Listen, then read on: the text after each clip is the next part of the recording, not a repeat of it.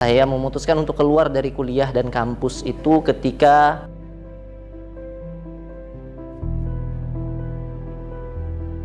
Bismillahirrahmanirrahim. Assalamualaikum warahmatullahi wabarakatuh. Alhamdulillah, Allahumma sholli ala Sayyidina Muhammad wa ala ali Sayyidina Muhammad. Perkenalkan teman-teman semua, ayah bunda, bang kakak sekalian, nama saya Farid Pradipta. Saya alhamdulillah hari ini diamanahi sebagai manajer amal pendidikan di Masjid Ismuhu Yahya, sekaligus sebagai mudir atau kalau bahasa gampangnya itu mungkin kepala sekolah di Pondok Quran Masjid Ismuhu Yahya. Setelah lulus SMA, saya diminta orang tua untuk kuliah. Kebetulan orang tua saya adalah PNS, maka waktu itu saya diminta untuk daftar di Sekolah Tinggi Akuntansi Negara. Cuman 2 kali daftar saya main-main gitu ya, gak serius ngerjain soal-soalnya. Sampai pada akhirnya orang tua saya tetap memaksa untuk tetap kuliah. Maka waktu itu saya ikut SBMPTN. Alhamdulillah waktu itu lulus di Fakultas Kedokteran Universitas Tanjung Pura. Tapi tidak lama, saya memutuskan untuk keluar dari kuliah dan kampus itu ketika saya gelisah. Karena mungkin juga memang bukan keinginan saya gitu ya. Tapi yang jelas waktu itu yang membuat saya keluar adalah saya gelisah. Ketika di kampus waktu itu saya nggak bisa sholat berjamaah asar di masjid. Itu yang membuat saya bergejolak sampai klimaks utamanya ketika saya sholat asar di waktu maghrib waktu itu. Saya kelupaan karena kelaparan, karena jam kuliah yang padat, sehingga saya lupa sholat asar dan sholat asarnya pada maghrib. Itu yang membuat saya memutuskan untuk keluar dari kuliah. Orang tua pasti mempertanyakan, kenapa keluar itu? Emangnya mau jadi apa? Masa depan seperti apa yang ingin kamu capai dan sebagainya? Tapi saya yakin betul dalam diri saya, kalaulah seandainya kertas biasa tertulis saja ayat Al-Quran atau sekedar bismillah, itu tak mungkin orang biarkan di lantai. Sebuah tumpukan kertas yang menjadi buku, kalaulah itu buku kosong atau buku tulisan biasa, mungkin orang akan acuh.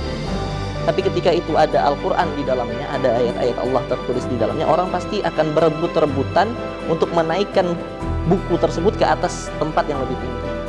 Maka saya yakin betul bahwasanya manusia pun tidak akan pernah Allah biarkan terkatung-katung di dunia karena memilih Al-Quran sebagai jalan hidupnya. Saya yakin betul itu dan saya sampaikan kepada orang tua saya, sampai pada akhirnya orang tua saya bilang, ya udah terserah kamu. Kamu laki-laki bertanggung jawab, kata ayah saya begitu.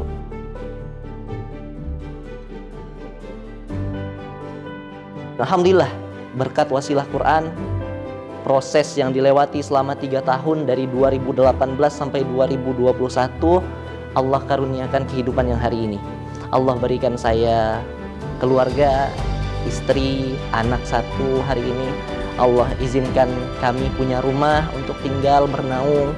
Allah izinkan punya rezeki yang dengan rezeki itu bisa memberi orang tua kami, hingga kebermanfaatan yang hadir dalam hidup ini alhamdulillah sangat-sangat luar biasa bagi kami rasanya. Sangat luar biasa juga dari pengalaman mengajar di sini adalah santri-santri tidak sekedar diajarkan untuk belajar ilmu. Santri-santri diajarkan untuk belajar, mengajar dan mengamalkan keilmuannya.